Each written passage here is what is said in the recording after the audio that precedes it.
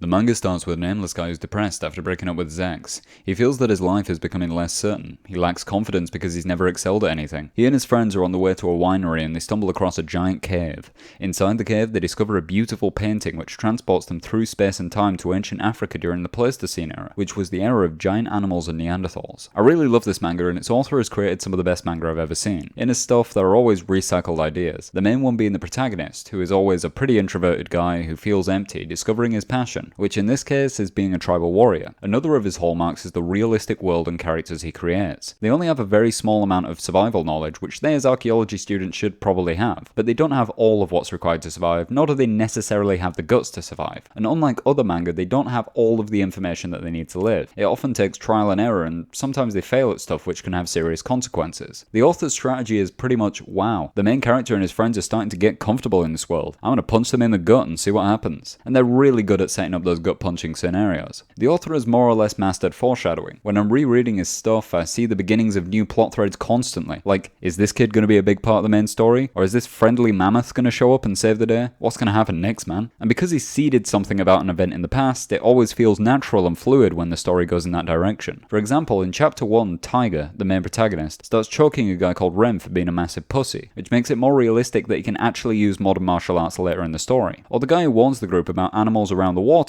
who should know that knowledge because he does a lot of outdoor hobbies. So these characters have some kind of story and background before the manga, where they develop their skills, whereas I feel that regular, more generic characters do all or most of their growth within the manga. And your standard anime character doesn't really have that much personality or experience, which I think is because the majority of anime characters are either usually barely high schoolers or man-children. So unless they have some fucking special ops toddler training, they won't have had the time or maturity to have had really dedicated cool hobbies or be realistically introspective, or in this case have survival skills, which kinda limits the depth and uniqueness of the more generic characters. Whereas these characters are only around their early 20s, but have had the time and independence to actually get all the knowledge that they use in the new world. The world is made to be fairly realistic, but not entirely. I mean, the MC did jump off a fucking cliff with a spear directly onto a mammoth's jugular one time, but it's still kind of realistic. I think that the author's realism makes a lot of what the characters do more impactful, because it wouldn't be unusual for one or more of the main cast to die or be maimed, especially given the author's previous works. Plus, this author doesn't shy away from the hard shit like prostitution or sexuality in general, which are rarely actually addressed in any media, let alone manga, and they seem to be alluding to Neanderthals raping the girls, and the fact that I actually think that the author will do that to his characters adds some real suspense to his world, which is hard to find in other manga. It's just a reality of war in ancient times, and it's probably just a good reason to make the group hate the Neanderthals. Like, Taiga might decide to Liam Neeson the Neanderthals from here on out, which is an interesting conflict-filled way to do the story, or maybe he'll teach the other humans martial arts so then can go to war with the Neanderthals, leading to their extinction, which would be pretty cool. Another thing the author does throughout his works is putting a bunch of cool facts or real-life techniques to achieve some end, like making a kiln. The stuff's always really interesting and cool to see, and gives the manga a bunch of extra substance during the time between the chaotic situations. It also gives you a bunch of knowledge about the real-life world, which may be applicable to your life at some point. And it doesn't beat the whole technological advancement thing into the ground either, where you usually have some guy from our world who goes over to another world and revolutionizes whatever shit in like 5 years. It's a lot more gradual and common sense, like befriending the most friendly dog of a group, or making a small car, or starting to build a kiln to melt iron. But yeah, it's a powerful anarcho-primitivist message and the first of the A tier. Also, try Holy Land if you enjoy this, because that's really good if not better. Have a great day.